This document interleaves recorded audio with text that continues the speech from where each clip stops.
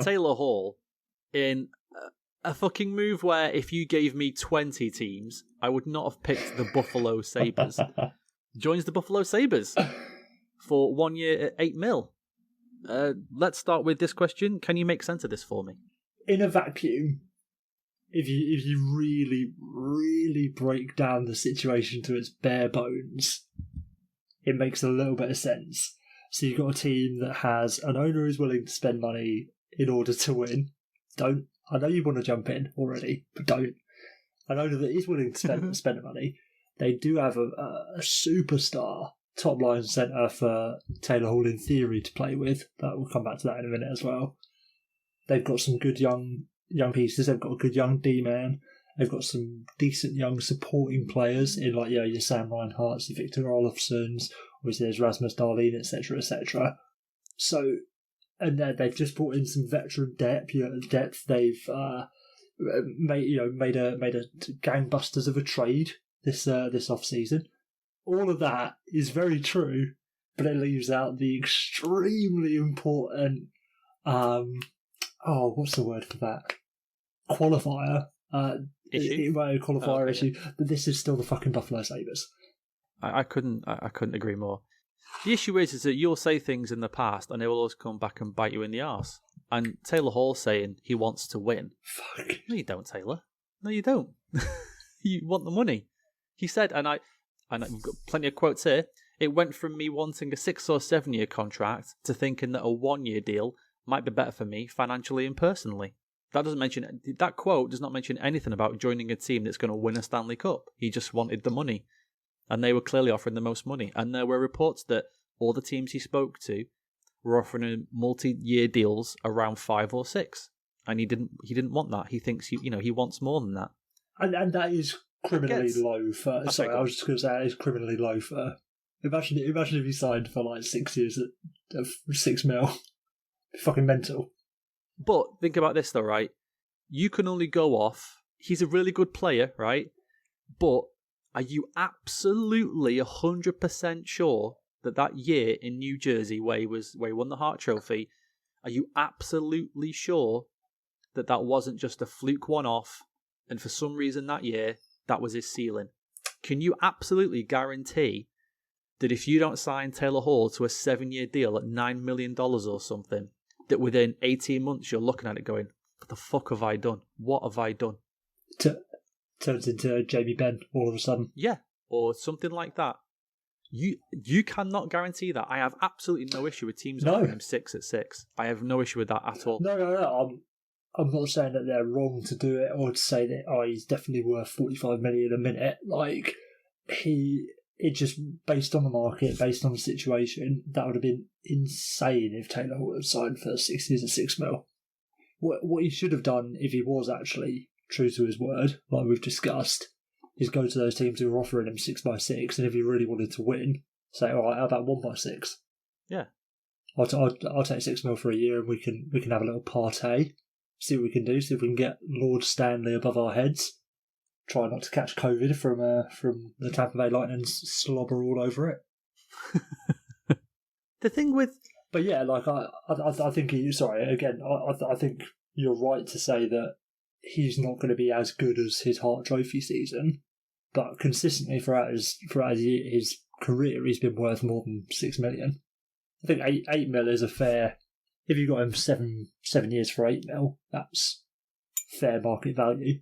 That's if he reproduces what he is capable of at his limit.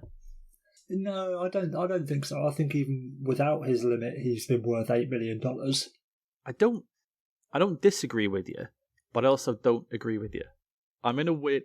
But it'd be tough.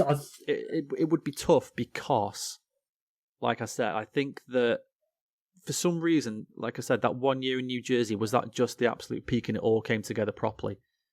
Because it almost certainly was though. This quote, I mean, yeah, obviously it was. This quote of him saying this deal was better for him financially and personally, well, that to me means that all he really cares about is the money. So if he goes somewhere at 6x8 or 7x8, are you actually going to get that New Jersey Devils Taylor Hall? Like, really?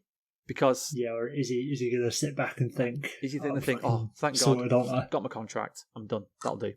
And here's the thing. And- Here's the thing that gets me about, like, I'm going to bet on myself, but I've not heard the counterpoint that I'm going to put across, is that if Taylor Hall and Jack Eichel together this year are really, really good, and he goes out and gets, he's averaging more than a point per game, do you think then the narrative then is well, yeah, because he's playing with Jack Eichel? And as we said before, GMs, the majority of them are just fucking stupid, and they'll just look at the points and go, oh my God, and throw loads of money at it. But you could also argue the other side of it, that a GM's going to look at that and say, well, hang on a minute, Taylor. It didn't work out towards the end in New Jersey. It didn't work in Arizona. There was times in Edmonton where you were questioned about certain things. And now you've got, like, an elite centerman. All of a sudden you look good again. So why am I going to give you all this money to come play on my team where there isn't a Jack Eichel?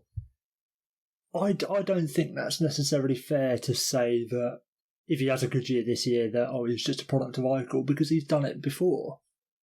I mean, he's probably got to be the least respected MVP in NHL history, hasn't he, really? Like, I know that he hasn't helped himself since then, but matter of fact is, he did have an MVP season on his own, basically.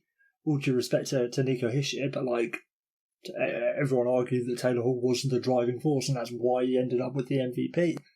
So I think, based on, like, the history of stupidity within this league as well, yeah, like, I don't think any GMs have necessarily come to that conclusion. People might think it behind closed doors, but yeah, I don't think it would necessarily be fair or accurate to think.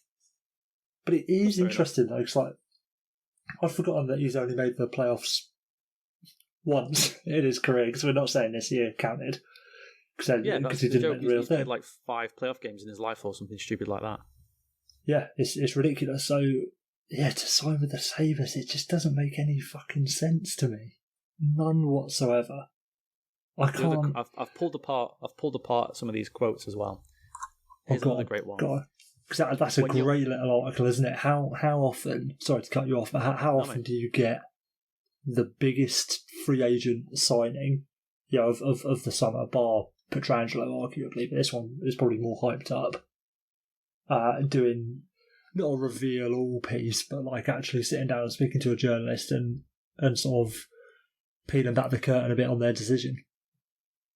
Yeah, no, it was to be fair to him, it was good on him for doing it. A lot of players would not do that, and they would just, sit in silence and not want to talk about it. Well, you're not hockey players like. Most of them are just fucking about as exciting as unbuttered toast, aren't they? So at least he kind of went out there and did something about it.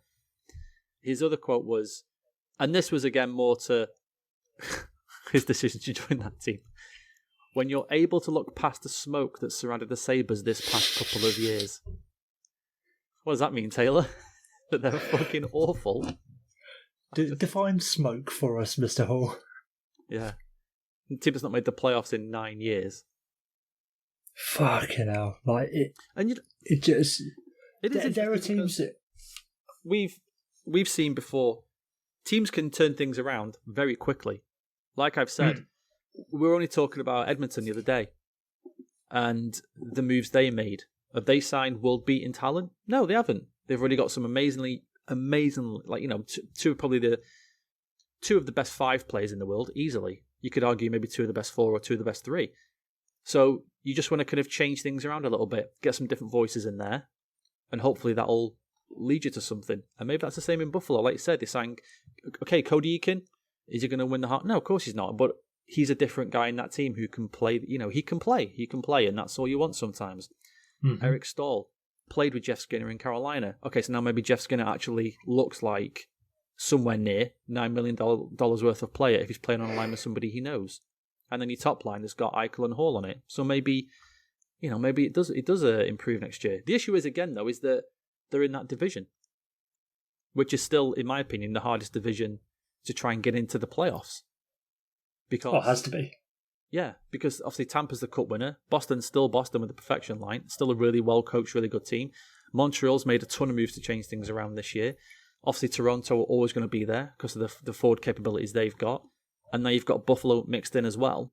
The way the Metro lines up sometimes, that's so much of a crapshoot that you kind of need to be in the top 3 in the Atlantic, I think, to make sure you definitely, well, obviously you need to be into guaranteed, but I think you have to try and at least be top 4. You can't kind of rely on that 5th spot. You have to be right up there. Yeah, absolutely. It's the worst of both worlds, really, for the Sabres, because you've got what should be 3 locks ahead of them in Boston, Tampa, and Toronto. Then, like you say, Montreal have made significant improvements. I think I'd probably slot the Sabres in 5th now that they've got Hull in my my assumptions for how it's all going to shake out. I think they're above Florida now. Yeah. Just because Florida, especially the way Florida's being managed at the moment, I don't have faith in them turning it around necessarily. But yeah, even to be 5th in what is a very hard division to make the playoffs in, it's not like your other one is the big division. You're going up against a division that's got, like, what, off the top of my head, Carolina, Columbus, the Islanders, the Flyers, the Penguins, the Capitals, maybe even the Rangers now. That's 6 of them right there. Like, the maths does not add up at all. Like, I wouldn't bet on them making the playoffs this year at all, even if Paul goes off for another MVP caliber season. Me neither. And that's why I think it's interesting that he's betting on himself for 1 year. It's taken some balls to do it, because he has the facts are there that he is taking less money by not signing a long-term deal somewhere. He's only getting paid $8 million this year. Yeah. I say only $8 million, but you know what I'm saying. Only $8 million on top of the 45 he's already earned. He is betting on himself that, okay, I can lead this team to something. I'll tell you what I think is quite clever about this signing with the Sabres. It's a win-win situation for him, really, isn't it? Are you thinking about like flip him at the deadline if it's clearly not worked? Well, maybe, yeah, I never thought about that. I was thinking purely from like a free agency standpoint. So he's taken his maximum dollars available in theory for this 1 year on a team where if he does play well and they get the playoffs, fantastic. He's going to be absolutely hot commodity next year again. If it doesn't go well, he doesn't necessarily have his best season. It looks a bit like Arizona again. It's still the Sabres. So he's still got, he's still got the excuse of, I was playing on a team. Like, I don't necessarily think that his performance this year is going to have that much of an adverse impact on his standing in free agency next year. Oh, I think it will. I think if the Sabres do what the Sabres do, as they have done for the past 9 or 10 years, and just drop off a cliff, I think he's in the same situation again next year. I think he's looking at teams going, okay, so this is like 3 years in a row now, Taylor, where you've not actually lived up to made a difference, yeah. You've not lived up to that heart. Because here's the thing, every year the players who are in the heart conversation are usually the same players. That's why they're consistently referred to as elite players. It's always McDavid, it's always McKinnon, it's always Draisaitl, it's always even a guy like Patrick Kane. Patrick Kane will still get heart votes because he's still a phenomenal player. He might be on a bad team, but he'll always get heart votes. Yeah, like your Tristan Jarrys and your JT Millers and yeah. Taylor Hall hasn't had that consistently, which is why I think he is, as you say, disrespected a lot.